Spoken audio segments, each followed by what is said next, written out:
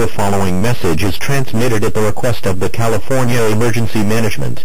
A biological weapon has been reported in the city of Nevada. At 7:32 p.m. Pacific Daylight Time, a large amount of sarin gas has been detected in the area. At this time, all residents of Nevada, Placer, and Yuba counties are advised to shelter in place immediately. Move indoors immediately.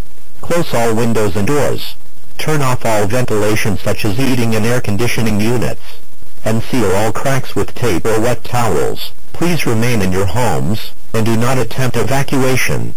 Do not call 911 unless you have an emergency. Please stay tuned to local news media outlets for further updates on this life-threatening emergency.